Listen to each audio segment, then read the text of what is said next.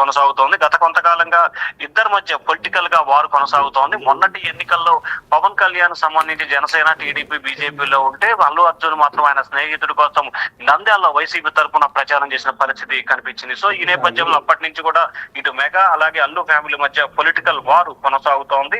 వారు కొనసాగుతున్న నేపథ్యంలో కూడా ప్రస్తుతం కొద్దిసేపు చిరంజీవి, నాగబాబు కూడా అల్లు అర్జున్ నివాసానికి చేరుకున్న నేపథ్యంలో కూడా పవన్ కళ్యాణ్ కూడా కొద్దిసేపట్లో అక్కడికి చేరుకుంటారని చెప్పి కూడా విస్తృతమైన ప్రచారం జరుగుతోంది. అయితే పవన్ కళ్యాణ్ హైదరాబాద్ వెళ్తాడా లేదా అనే దానికి సంబంధించి కొద్దిసేపట్లోనే క్లారిటీ వచ్చే అవకాశం కనిపిస్తోంది. మరొక వైపు ఆయన రెగ్యులర్ గా శనివారం, ఆదివారం కూడా ఖచ్చితంగా హైదరాబాద్ ఉంటారు కాబట్టి హైదరాబాద్ వచ్చే అవకాశాలు అయితే కనిపిస్తా ఉన్నాయి. 1 minute మీరు హోల్డ్ లో ఉండండి. బిగ్ టీవీ స్క్రీన్ మీద మనం చూసుకున్నట్లయితే చంద్రబాబు, ఏపీ సీఎం చంద్రబాబు పవన్ కళ్యాణ్ కి చెప్తున్నట్లు కూడా తెలుస్తుంది. అంటే అల్లు అర్జున్ అరెస్ట్ చేసినట్లు చంద్రబాబు పవన్ కళ్యాణ్ కి చెప్తున్నట్లు మనం బిగ్ టీవీ విజువల్ స్క్రీన్ మీద చూస్తున్నాం.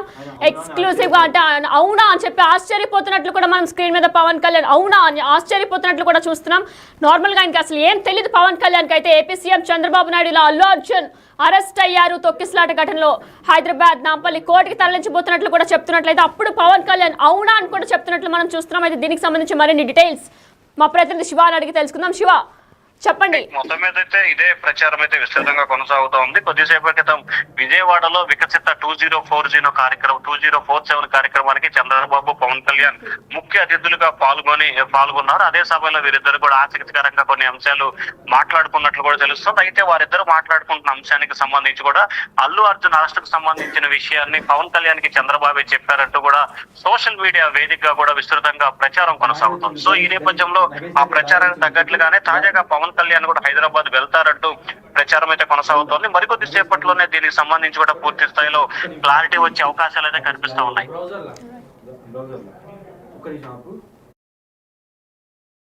కార్లో బయటకు చేతులు పెట్టి ఇలా చేతులు ఊపే వరకు ఒక్కసారి అల్లు అర్జున్ని వచ్చాడని చెప్పి కూడా చాలామంది అభిమానులు, మరి అది వేలం వెర్రిగా అంటే చాలామంది అభిమానులకు సినిమా హీరోను చూడాలని ఆతృత కావచ్చు, ఇంకో సందర్భం కావచ్చు, కానీ ఒక మనిషి ప్రాణం మాత్రం వెళ్ళిపోయింది.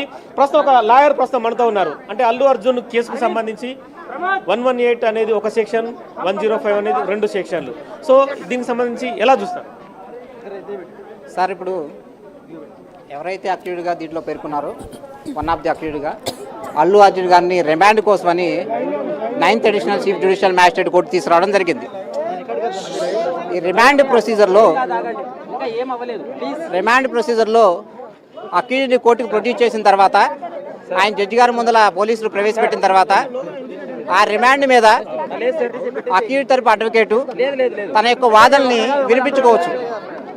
ఏంటంటే ఆ రిమాండ్ యాక్సెప్ట్ చేయొచ్చా చేయకూడదా, అదేవిధంగా లాయర్ గారు ఎట్టిపోరు ప్లీజ్ వెయిట్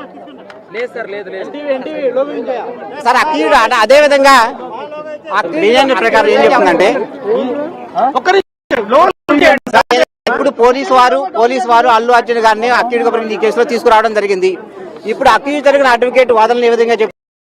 అసలు ఫస్ట్ ఆఫ్ రిమాండ్ చేయడానికి ఈ సెక్షన్స్ కోర్టు రిమాండ్ విధించింది 14 రోజుల లేదు, ఇంకా రిమాండ్ విధించలేదు. ఇప్పుడు అదే remand before every accused having a right to submit the arguments. It is the legal are illegal, remand ని యాక్సెప్ట్ చేయొచ్చా చేయకూడదా? అదే